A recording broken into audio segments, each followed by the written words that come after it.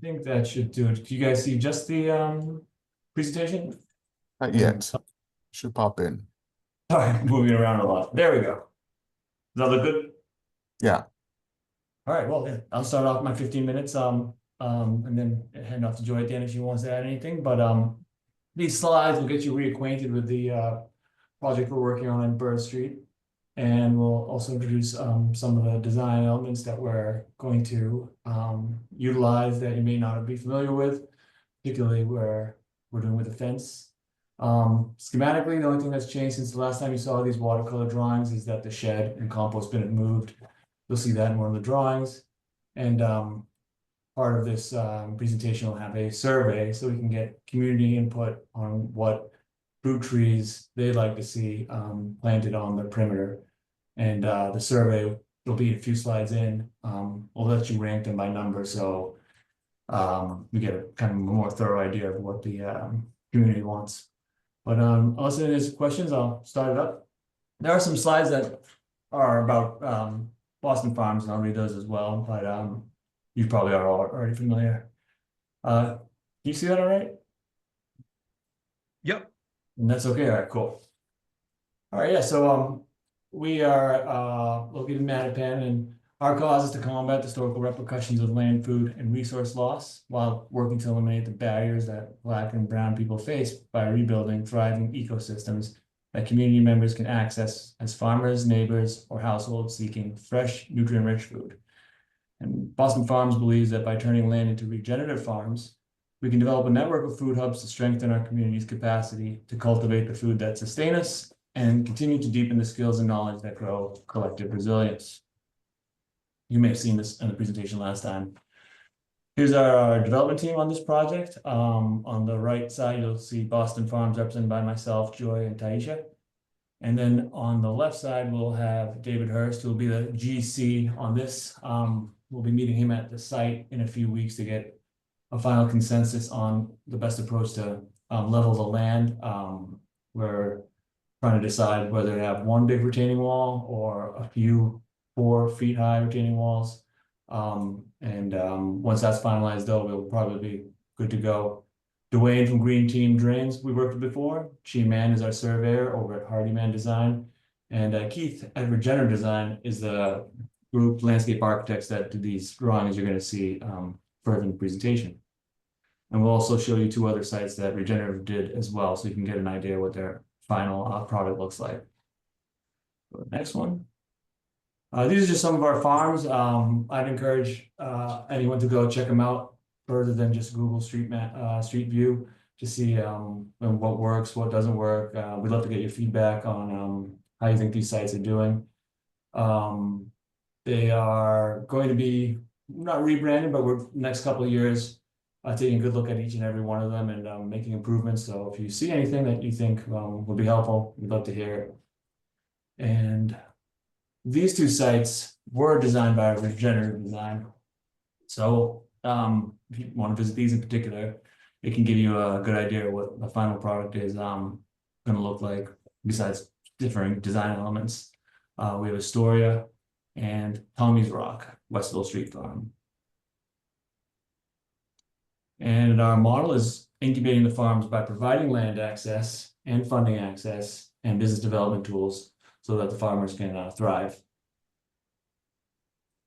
And now the governance model is a little different than probably what many people are familiar with, but I'd say to make particular attention to the Farmer Selection Committee and our board. We're soliciting members for both, and later on in this presentation, you'll see a link that will let you fill out an application.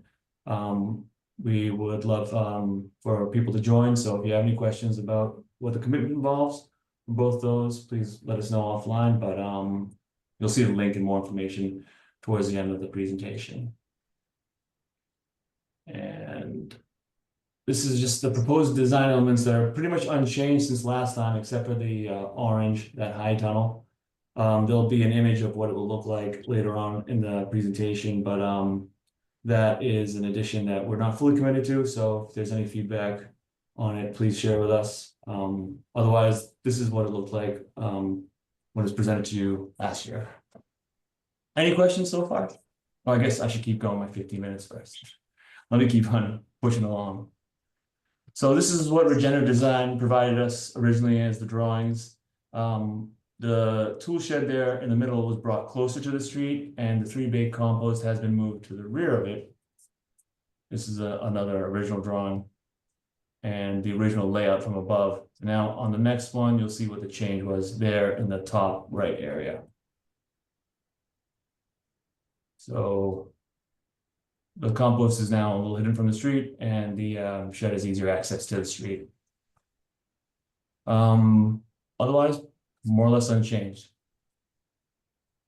This is what the high tunnel will look like. If it's too large, we can always go with smaller versions or split it up in half.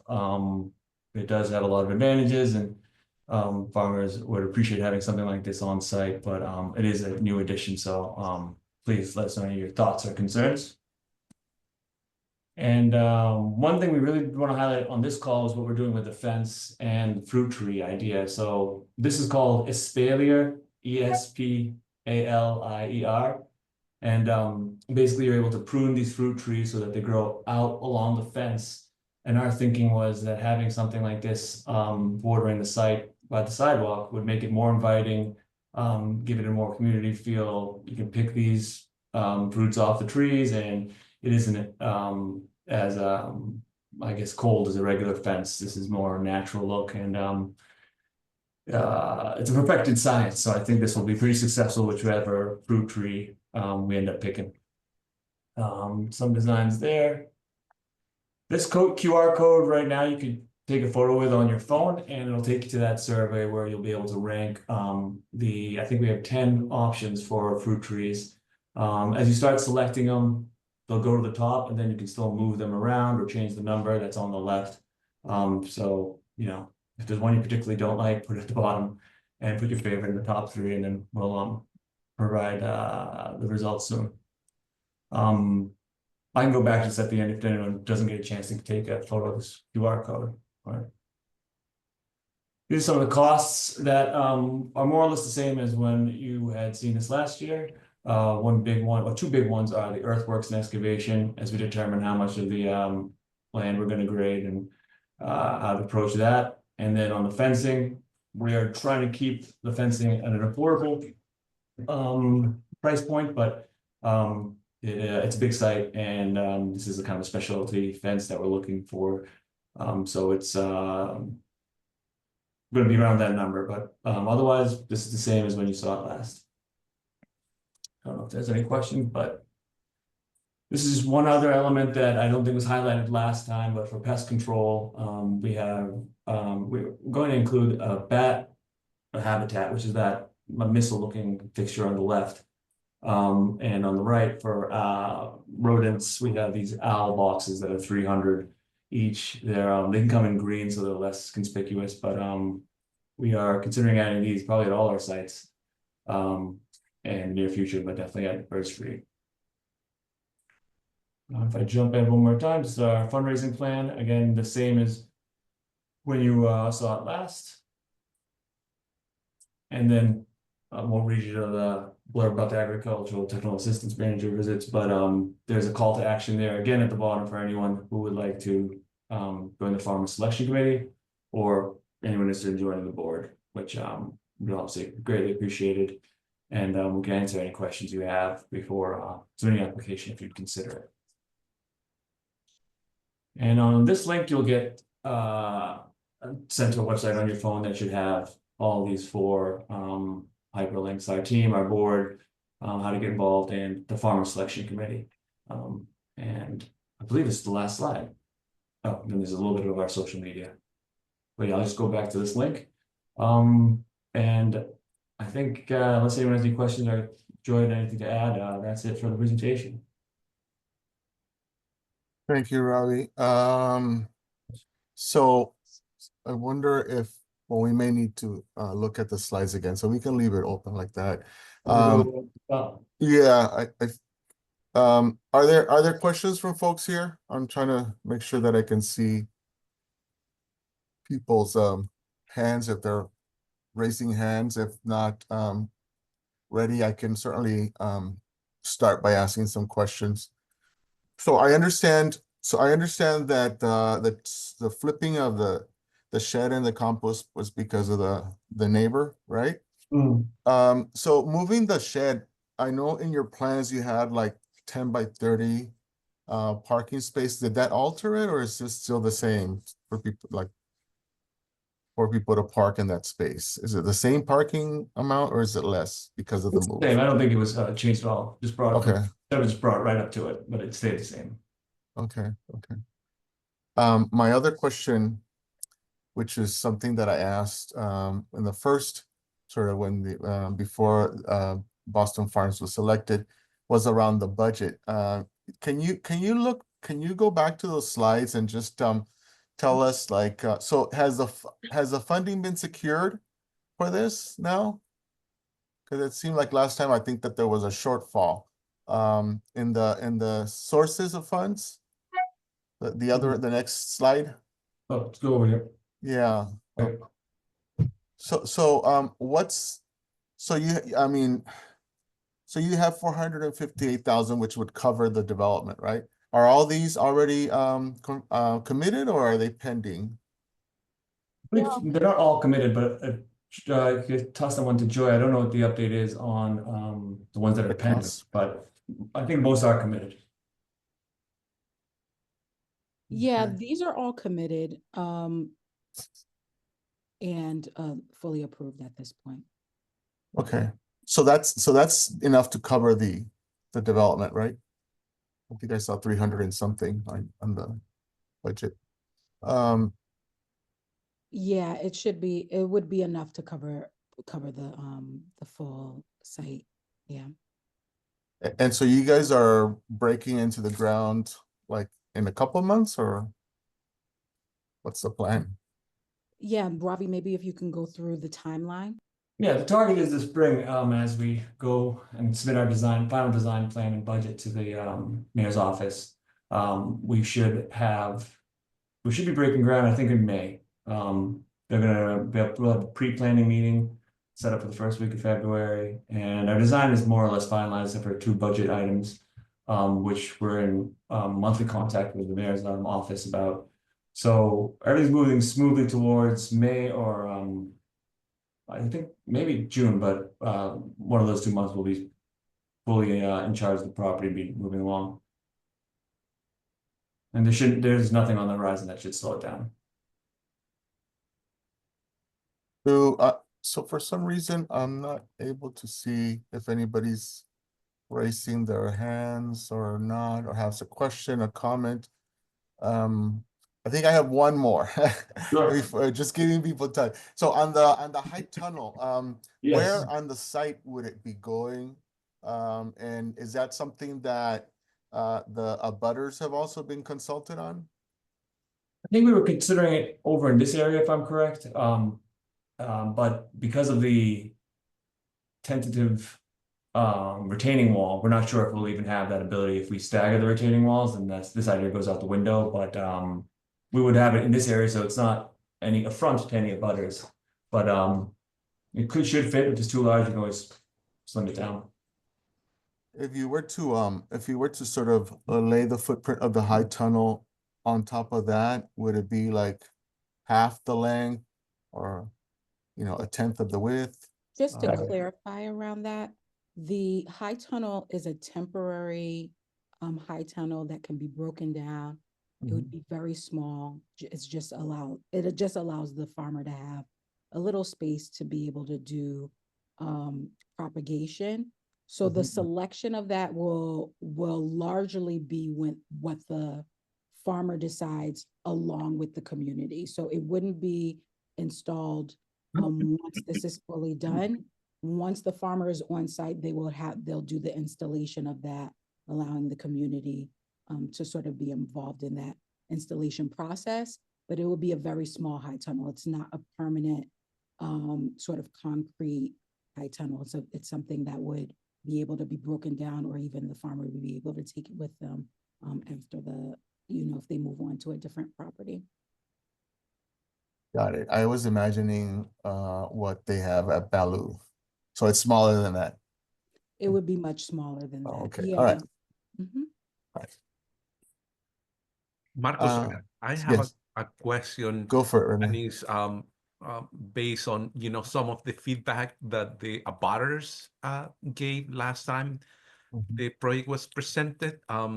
They were saying, you know, like about the compost being too close to their property. I don't know if you guys have talked to them.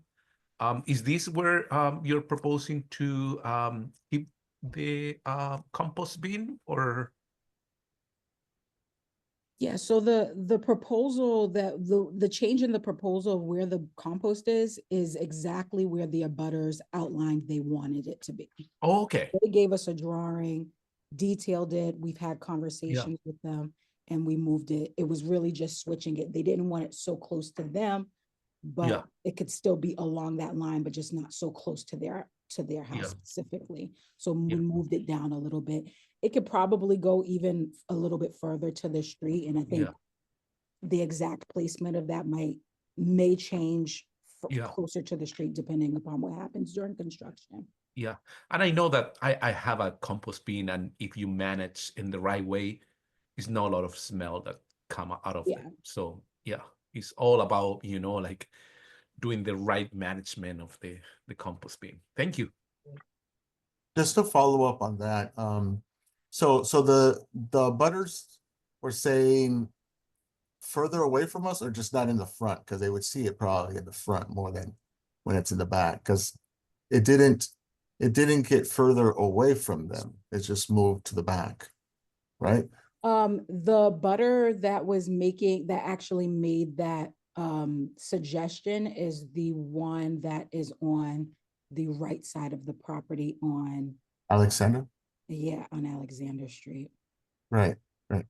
Because it seemed like it just moved along the fence. It didn't move away. But if that's what they were comfortable with, that's fine. And I would recommend not doing it right up against the fence, because from experience it's not always like a perfect thing, and it starts spilling to the back. Agreed. And this yeah. is kind of a conceptual, this is not the, Okay. yeah, this is kind of a conceptual. I think we are mandated to keep it a certain buffer between the fence and any structures. So it would definitely not be as close as it's pictured here. So is this so this meets the Article 89 sort of requirements? The with the buffers there, it would definitely meet the Article 89 requirements. Our finalized layout plans, architectural plans will have the full details of exactly the measurements of everything. And I don't think we're expecting getting those in hand for another couple of weeks. But Robin, you can. And I'm asking that because I know back when we were doing Baloo, they made sure that we had that sort of that ditch so along the border, so that water would not run off, but rather sort of be absorbed there with gravel and what have you. And because this is partly at a grade, right? Are you guys going to flatten part of it, or? That's what we're gonna discuss with her. So something will have to be done because of the gradient, but we Okay. are going to do something, whatever's most cost effective.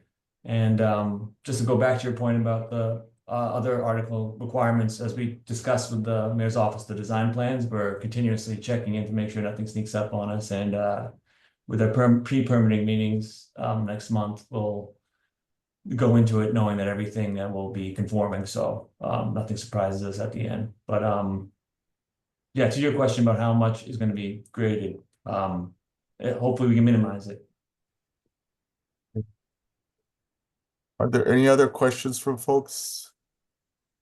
Any other comments? Tracy. Tracy, sorry. Go for it, Tracy. Hey everyone. I'm trying to look at this. So tell me, is there going to be like because I see where you where the parking, where it says entrance and it has parking. how many suitable parking space will that hold? Is that gonna be just for 4 or 6 vehicles to park there? It's probably really gonna be two parking, two, and the idea for that parking isn't really for public parking. It's for the farmers to be able to have access to the shed, to be able to get, the shed space is both a post-harvest handling space. It also will have refrigeration. So for ease of access for the farmer, they can just drive down the pathway, park there, and get the vegetables and take it to the whatever the final destination is going to be. So is this also gonna be available for gardeners to participate in this, or is this gonna be just what I wanna say? This gonna be the farm and it's gonna be just with the workers there, not butters and residents have a hand in having one of these. Yeah, Is it so just gonna be just plots or just a farm just growing stuff, and who's gonna, and because the way I'm looking at it, like, is it just gonna be just an organization just take this farm in here, or is it gonna be a butters and residents that's gonna be a part of this as well? yeah, so I think I'll sort of re-go over who we are as an organization. So one of the things that we do is that we preserve land specifically for farmers who are landless farmers. So people in our community, Black and Brown, that are looking to farm. And so what we do is build out the infrastructure and take on the cost of being able for farmers to be able to actually farm the land. And then community members select the farmers that are going to be on the properties. What we Okay. do is reserve the edge spaces of the property. So instead of having traditional fencing on the properties, we grow food on the edge spaces that are free and open for the community to grow. So part of the reason why we had I think there was a QR code, was to get everyone's feedback of what type of fruits do you want to see there. It would be a mixture of fruits and vegetables and herbs that will be grown along this fence space, that would, one, act as the sort of riparian barrier so that there's not water going into the street, but it also will allow for community members to freely pick food whenever they want. The inside of the main plots on the property, community members would sit on a farmer selection committee to be able to choose who the final farmer is going to be. Our main goal is to be able to increase the maximum amount of production, help farmers incubate businesses, and really get food to the community in a really high production way. And in order to do that, farmers need, what would normally for a community gardener, it's like a lot of space. So it's really one plot at this stage for them. And a collective of farmers can also apply. We've had that in the past. So that's just to clarify a little bit about the way our programming works. Okay. I also see, if we can go back to that, Marco or Renee or whoever's, yeah, that, yeah, right there. Is there a place where if because I don't see no seating arrangement, like a table or something, it's heat exhaustion, something that could be under a shed. I mean, not a shed, but something that's covered over them, or a table with some chairs or something, or it's just to the rear of the shed, where the shade hang is, and those two half circles, those are chairs. But we imagine that area as being the place where you could congregate, where there wouldn't be any growth to worry about. I think that maybe one of the other drawings, it kind of captures it, although the shed's in the wrong place. There by the tree. But if you can imagine the compost in the shed just flipped that area. So my last question, how high is that is a fence there, correct? Yeah, that's correct. How high is those fence right there? I used to live in this community right here, so I grew up right over here. And I'm just particular concern about the height of those fence. Are they gonna be a little bit higher, or they're gonna be just at that level right there? Because that could feel like it should be a little bit higher as opposed to, and I know maybe I don't make that decision, or I mean, I can give No, my it's opinion on it, but clearly I think it should be just a little bit higher, because I also have 3 gardens and I do have a plot. And for us, it's essential that we had a higher fence because, you know, granted that I don't know, from morning to dusk, I don't know if that's what's gonna be the protocol here, but you still have people jumping over the fence. At another location where I was at, and we found out that having it a higher fence was more accessible, was more accommodating for us as farmers. I think this one is 4 feet, but the fence installation companies we talked to, a quarter is at 4 and 5 feet. I think we were leaning towards 4 because of the cost, but you bring up a good point with the 5 feet. So yeah, well, no, we'll take that into consideration. Okay. And the espaliers are where just, you see those right there? Mhm. Okay. Yeah, Oh, okay, shade. Mhm. it would continue all along the perimeter there. I think in this drawing, it's just here on the corner. Oh, okay, okay, got it. Sounds good. Yeah, I think that, Tracy was thinking about like, the food project farm, feels very accessible, right? And there's, I know on the Langdon one, there's, I think some of the neighbors also grow stuff, but, Mhm. you know, but I think they'll probably appreciate just being able to pick it instead. Anybody else have a question or comment? Tracy, you want to pull your hand down? Yeah. Mhm. Hey, Marcos, can I ask a question? I can never remember where to get the hand up. It's Danielle. Hey, Danielle. Hi. This is super cool. I love the idea of the espalier fence. I'm curious, Joy, is that something that the staff at the farm trust would be maintaining? Or whose responsibility is that? Yeah, it would be the staff would maintain it. We would want people to learn about maintenance, but we don't expect that that the community would Nice. would take that on. So yeah. Yeah, that's a cool idea. Love it. So in that case, like there's nothing, how the trees are reaching out to each other. So underneath, there's just nothing like blocking access. Is that how it works? It's gonna work? There's So, usually metal, what that is. like that, okay, Yeah, okay. that to keep out. Because I was gonna but say, not- you're gonna have pretty dogs moving in there. And we're Okay, gonna use a trestle system so they can support the branches that go across.